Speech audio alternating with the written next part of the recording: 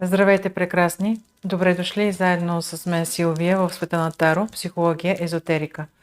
Гаданието е за онези от вас, които имат отношение, но напоследък им е все по-трудно да се доверят на техния партньор. Нека да разберем, можете ли да вярвате на този човек, можете ли да му имате доверие. Първо ще опиша типа личност, в случая вашия партньор. Ако това отговаря на неговия темперамент, на неговото поведение, продължете да гледате видеото. Харизматичен човек, човек с обаяние, който обаче използва тази харизма винаги в своя изгода. Умее да манипулира и прави това много изкусно и добре. Това е неговата същност. Дявол в ангелски облик. За да постигне целите си, той може да изманипулира, да излъже, да използва нечестни ходове, само и само да получи това, което иска.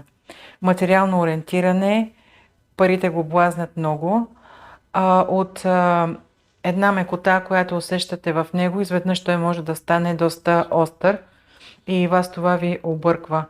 Тоест, къде е неговото истинско аз, истинска същност и къде е неговата лъжлива такава. Ако това отговаря на описанието на вашия партньор, любим, приятел, продължете да гледате видеото, но от това, което аз виждам като индикация за него, на такъв човек трудно може да имате доверие, защото той е буквално изкусен манипулатор. Крие ли нещо от вас? В момента. Това важи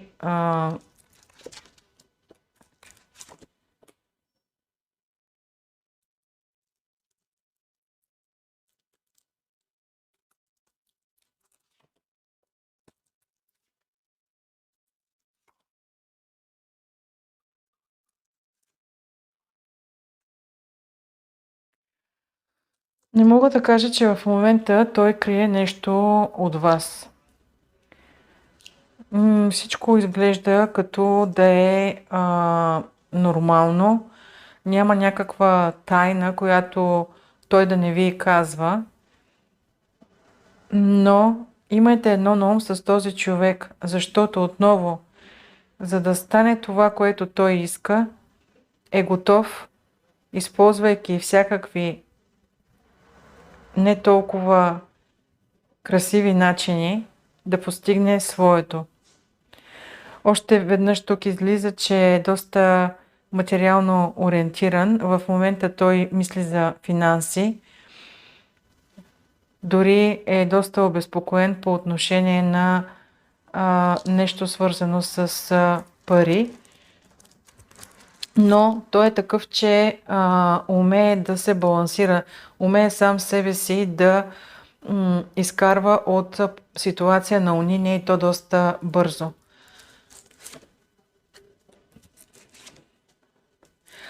Тежи му нещо. Нещо, което е свързано с съдебен процес, с някакво дело. Нещо, което той очаква да се изясни и правотата да бъде на негова страна.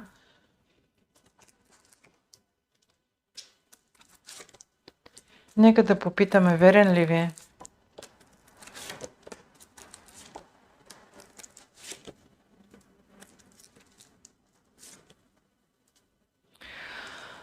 Покрай него има дама, която го харесва и тази дама има някакво влияние върху него. За по-точни таро гадания и консултации може да се обръщате към мен за лична среща. Благодаря ви, че бяхме заедно и до скоро!